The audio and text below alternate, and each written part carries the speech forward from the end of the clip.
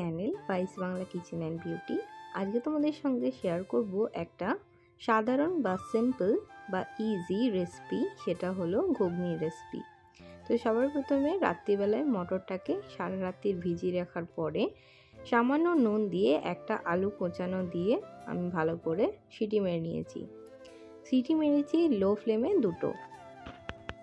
এরপরে কড়াইতে বেশ খানিকটা সর্ষের তেল দিয়ে দেবো। যেহেতু এটা সাধারণ বা সিম্পলভাবে করব, তাই জন্য দেখো প্রথমেই আমি এখানে জিরে ফোড়ন দিয়ে দিলাম। এরপর দিয়ে দেব রসুন ফোড়ন।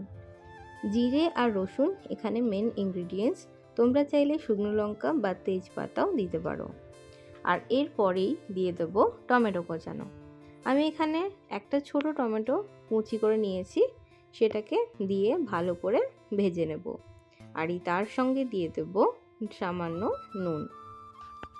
আস্তে ধীরে ভালোভাবে ভাজা হয়ে গেলে এরপরে গুঁড়ো মশলাগুলো একে একে অ্যাড করব।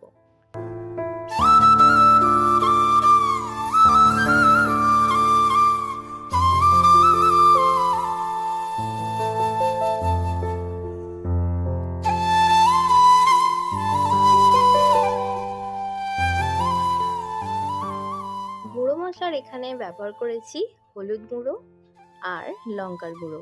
তোমরা চাইলে জিরের গুঁড়ো ব্যবহার করতে পারো। যেহেতু আমি এখানে ফোড়নে জিরে দিয়েছি, তাই জন্য আর জিরে ব্যবহার করলাম না। ড্রাই ইনগ্রিডিয়েন্টস বা গুঁড়ো মশলা দেওয়ার পরে আমি এখানে দুটো এলাচ দিয়ে দিয়েছি। আর কোনো রকম কোনো কিছু ব্যবহার করব না। এই রেসিপিটা খুব তাড়াতাড়ি আর চটজলদি হয়ে যায়। একটু তেলের পরিমাণটা বেশি দেবে।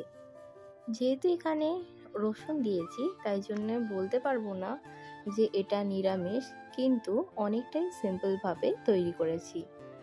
এরপরে দিয়ে দেব সামান্য চিনি। চিনিটা দেওয়ার ফলে কালারটা যেরকম ভালো আসবে, সেই সঙ্গে নুনের ব্যালেন্সটাও ঠিক করে দেবে। ঘুগনি রান্নাতে বা যে কোনো রান্নাতে সামান্য পরিমাণে চিনি ব্যবহার করলে স্বাদটা দ্বিগুণ হয়ে যায়। এরপরে সেদ্ধ করে রাখা মটরটাকে এই কষানো মশলাটার ভিতরে দিয়ে দেব। এরপরে ভালো করে আবারও কষিয়ে নিয়ে জল দিয়ে বেশ খানিকক্ষণ ফুটতে দিলেই রেডি হয়ে যাবে আমাদের ঘুগনির রেসিপি। লাস্টের দিকে আমি একটা অল্প মশলা ব্যবহার করেছি, সেই মশলাটা কিন্তু অনেক স্বাদটাকে দ্বিগুণ করে দেয়। অবশ্যই প্রথম থেকে শেষ অবধি দেখতে থাকো, আশা করছি ভালো লাগবে। আমার ঘুগনিটা এখানে যেহেতু একটুখানি মোটা হয়ে গেছিলো বা জলটা কমে গেছিলো, তাই জন্য আমি এখানে বেশ খানিকটা জল ব্যবহার করেছি। তোমরা যখন প্রেসার কুকারে দেবে, তখন জলটাকে অবশ্যই একটু বেশি করে দেবে।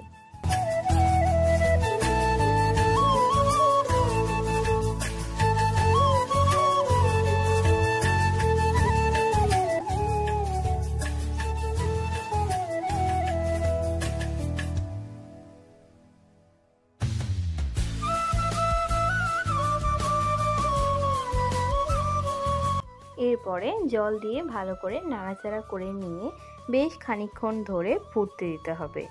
তাহলে যত বেশি ফুটবে তত কিন্তু টেস্টটা অনেক বেশি ভালো হবে। লাস্টে দেখো আমি এখানে শাহি গরম মশলা ব্যবহার করেছি কুকমির। এটা কিন্তু অপশনাল, অবশ্যই তোমরা নাও ব্যবহার করতে পারো, কিন্তু এটা ব্যবহার করলে খাওয়ার টেস্টটা কিন্তু দ্বিগুণ বেশি বেড়ে যায়। অবশ্যই একবার হলেও এই রেসিপিটা ট্রাই করো। আশা করছি তোমাদের এই সিম্পল রেসিপিটা অনেক বেশি ভালো লেগেছে। যদি ভালো লেগে থাকে অবশ্যই আমার চ্যানেলটাকে সাবস্ক্রাইব করে দিও, পায়েস বাংলা বিউটি চ্যানেলটাকে।